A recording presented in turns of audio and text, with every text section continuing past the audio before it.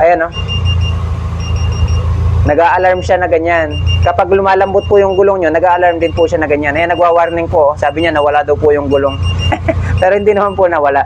Pero at least, alam mo na may nagiging problema yung gulong mo. Hello guys, welcome to Elmer Hermoso channel. Ako po si Elmer Hermoso. Gusto ko lang po i-share sa inyo itong ating in-order sa online. Ito po ang ating tire pressure monitoring system. Matagal na po akong gumagamit ito. So yung naunang ikinabit po doon sa unang sasakyan pa namin ay inabot po ng mahigit 6 years bago po siya nasira. So ito po siya. Ayan.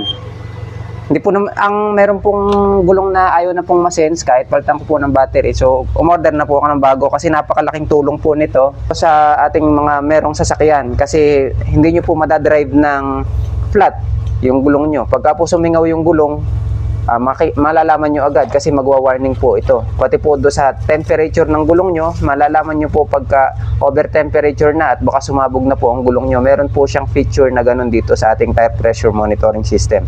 Madali naman po siya ikabit at siya po ay solar powered na. Pag inilagay po natin sa dashboard, siya po ay magcha-charge na po. Tatanggalin na natin yung plastic para pag inilagay natin sa dashboard ay syempre maka-harvest ng maganda yung ating solar panel. Yan po ay may built-in battery at kahit hindi nyo po isaksak kapag ka po laging naiinitan. Pero kung sakaling malobat po siya at halimbawa laging gabi kayo bumabiyahe, walang solar, pwede nyo naman po siya i-charge. Ayan po, meron po siyang charging port. Ngayon, ikabit na natin siya mga kaibigan. Ito po yung napakadali lang naman ikabit at makikita nyo po dyan sa ating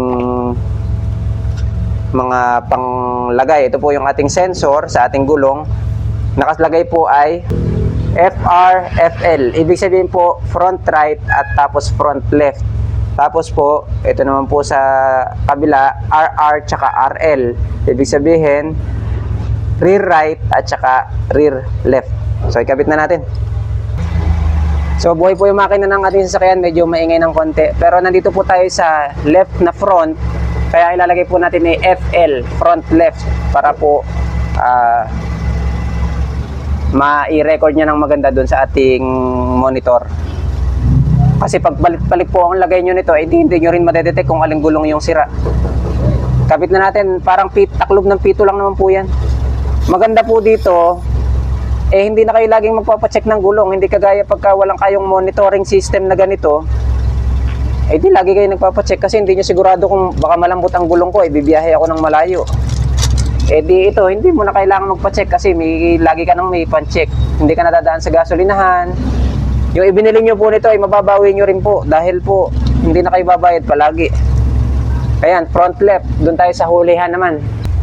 Tapos dito, nasa left na likod ako, di rear left. Kabit natin.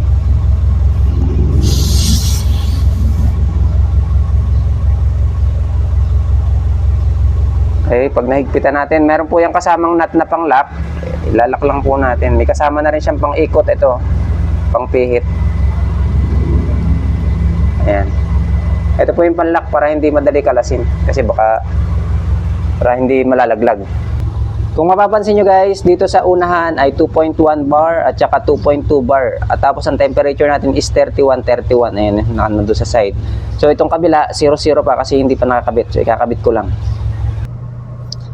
So ayun guys, ito po ay pwede nyo rin, nandito na tayo sa loob ng sasakyan, ito pwede nyo rin palit-palitin, PSI po, pwede nyo po ilagay siya sa bar, kung gusto nyo po, pero dito na tayo sa PSI. Kung mapapansin nyo, hindi pantay-pantay ang ating hangin ng gulong, so kahit hindi na kayo pumunta sa gasolinahan, matitingnan nyo, kung meron kayong panghangin dyan, mahahanginan nyo na, kung malambot ang inyong gulong, mahahanginan nyo na bago kayo umalis, hindi na kayo pupunta sa gasolinahan.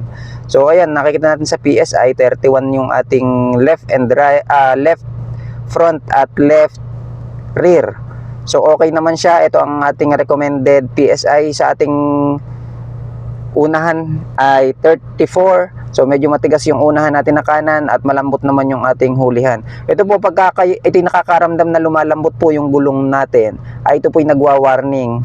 At yan po ay tumutunog ng tumutunog. Ilang beses na po akong na-flatan doon sa aming isang sasakyan pa.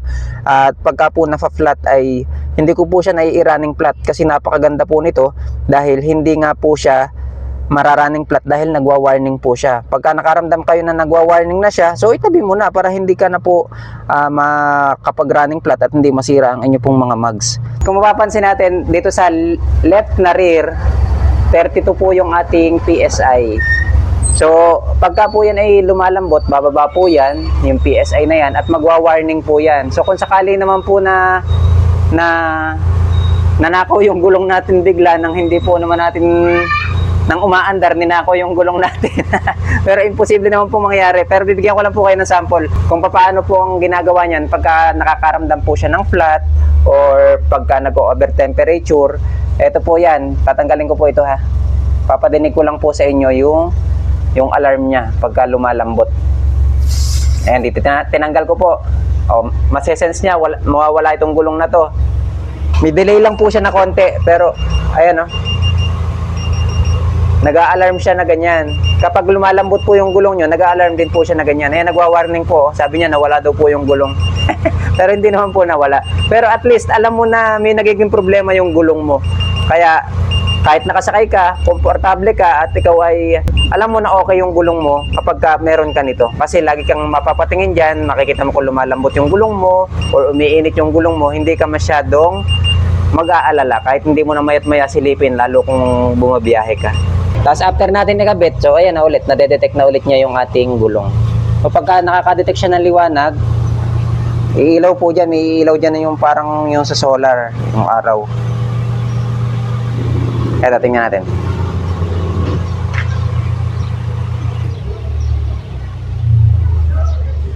Ayun pansin nyo, ayun, nagkaroon ng araw doon sa side. Pag tinakloban natin, mawawala yung araw. Wait lang, nalabas ayan, hindi na ulit siya nag-charge sa solar kasi tinakloban natin. Pagka nilabas ulit natin doon, ayun, lumabas ulit yung araw. Ayan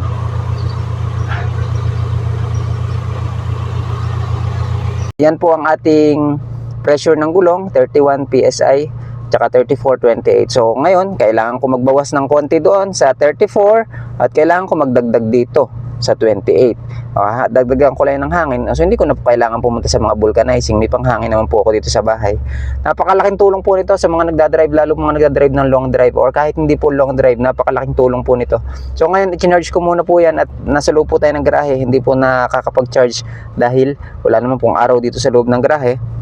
Kaya ko siya i-charge muna para malinaw po itong display dahil para maipakita ko po sa inyo. So napakalaking tulong nito mga kaibigan. Kung gusto niyo po ito, ilalagay ko po yung link dyan sa description at ipipin ko sa comment section para po kung gusto niyo umorder, i-click nyo na lang at redirect na kayo sa seller kung saan po ito nabibili. Hanggang dito na lang. Please don't forget to like and subscribe. Bye bye!